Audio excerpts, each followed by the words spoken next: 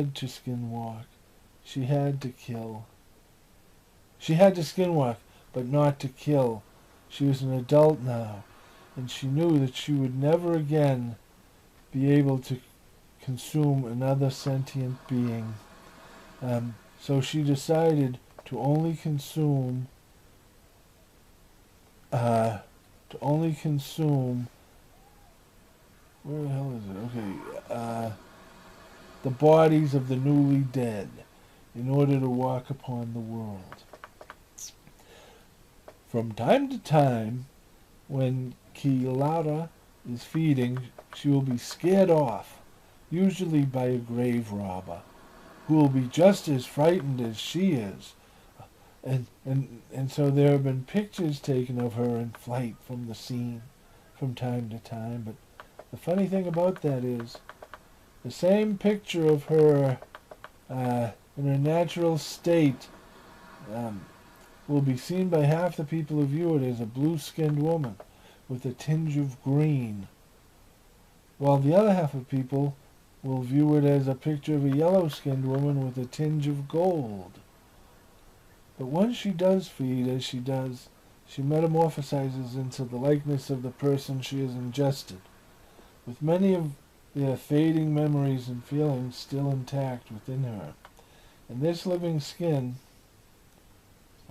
protects her from our sun for years, decades, sometimes even longer, depending upon how much resistance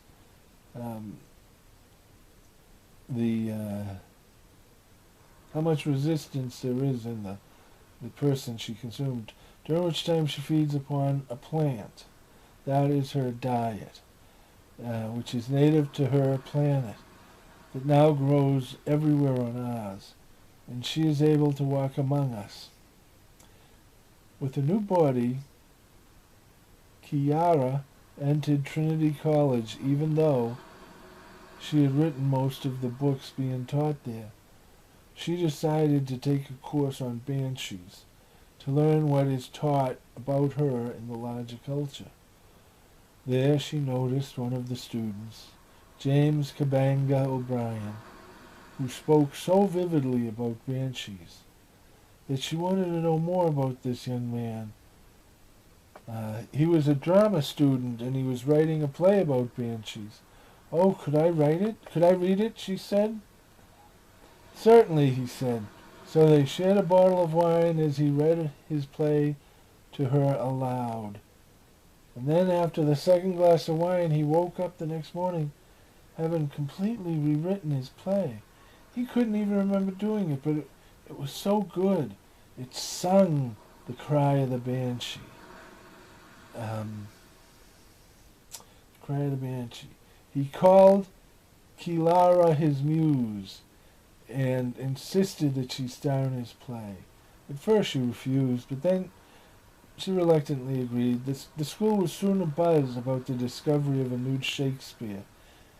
The fun, the camaraderie, treating life as a celebration. It was all so intoxicating. Then on the eve of the performance, she felt her stomach, and she knew something was wrong. So she began running. She had to make it back to the ship, to the life pod, but soon she could not make it one step further. So she crawled into the bushes on her hands and knees and gave birth to a son. And then as she bundled up her child in her own blouse and prepared to stand up and to continue on to her ship, she froze.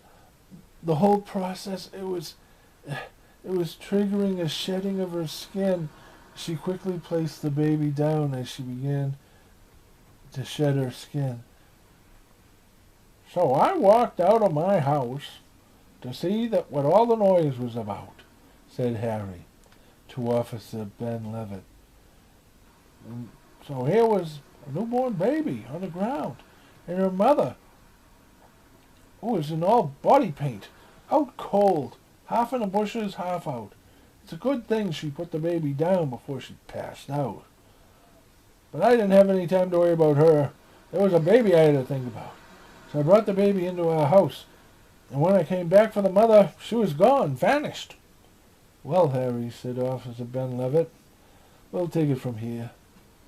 Oh, no, no, said Harry. My wife, Delina, and I will take her. His wife hadn't left the house in years. The officer and Harry both tried to ignore the curtain in the window fluttering. All right, then, said Officer Ben Levitt. I will just file the report, but Doc Williams will still have to check her out first. Okay, said Harry. I'll go with you. And listening from the shadows, Kiara thought, what am I going to do? What am I going to do? As Harry and Ben drove off, Kiara sensed Harry's wife, Delina, behind her. It's all right, dear. They're gone, she said. Safe to come out now. So Kiara emerged from the bushes, and upon seeing Kiara and realizing instantly what she was, Delina clenched her chest and fell down dead. So Kiara dragged her into the bushes and fed. Hours later, Kiara emerged from the bush, looked at her hands and her clothes, and hurried back into the house. And 20 minutes later, she emerged from the house and flagged down. Where is it? She emerged from the house and flagged down a car and had them drive her to the hospital. They knew her. They were surprised to see her. Kiara felt no resistance from the host. So when she saw Harry, there was no scream of the banshee, only concern for the baby. Harry's lot... Wait a minute, I'll stop this and start it again.